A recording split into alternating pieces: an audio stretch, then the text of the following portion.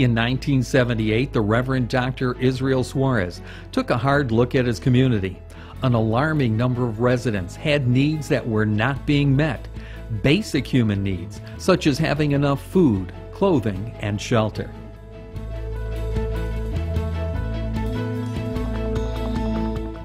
With a heart full of hope and a head full of determination, Dr. Suarez resolved to fill that gap. A half a dozen volunteers at his side, he founded the Nations Association.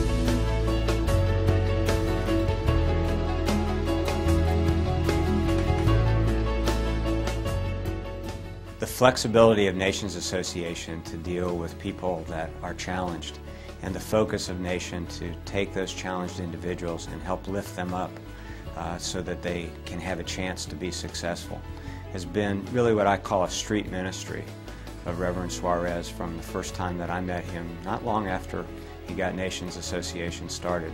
In fact, when we first met, I remember thinking, like, could this person be for real? And all I know is that for almost 30 years that I've known him, it's been virtually impossible to say no. The newly formed nonprofit organization had a clear goal: take care of residents today and help them prepare for their future. They provided food and other assistance to families and used other outreach programs to help troubled youth. They helped everyone, regardless of their age, race, or ethnic origin. What began 30 years ago is now one of the most influential charities in Southwest Florida that has been recognized on local, state, and national levels.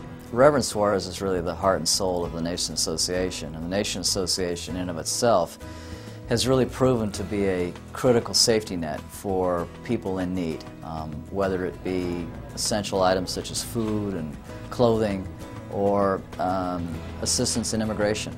The Nations Association Charities, as it is now called, has 144 volunteers who provide more than 7,000 hours of community service and help more than 6,000 residents each year. We do an awful lot of really good work of helping people get back on their feet. It's not like most of the government programs where it's just month after month after month after month. The Nations Association has always taken the attitude that they want to give people a hand up instead of a hand out. The association's success is due in large part to the organization's ability to adapt to the needs of the community. Social services were very limited when the association began in the 70s. As other agencies have gradually opened in the area to help fill some of the gaps in services, the Nations Association has responded by phasing out programs that they no longer had to provide and replacing them with new programs to fill in other gaps. We've been providing Dr. Suarez a scholarship for a program that he launched some years ago, which was encouraging underprivileged students in school, in high schools, to prepare themselves for college. And so we partner with them and we provide a full 4-year tuition scholarship for one of the top achievers in that program. It was a long road to get where the association is today. Money's always been the critical weak link, but the Nation Association and Reverend Suarez make up for it with inspiration, energy, enthusiasm, getting the community engaged. None of the programs would be possible, however, without the community partnership that the association has formed throughout the years.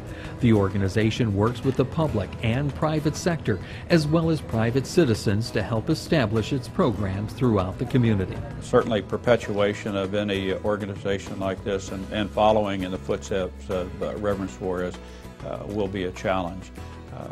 We certainly plan to be there. Israel Suarez's duty roster does not just involve helping poor people, because like every good guardian angel, he's very well connected and he knows how to work the system.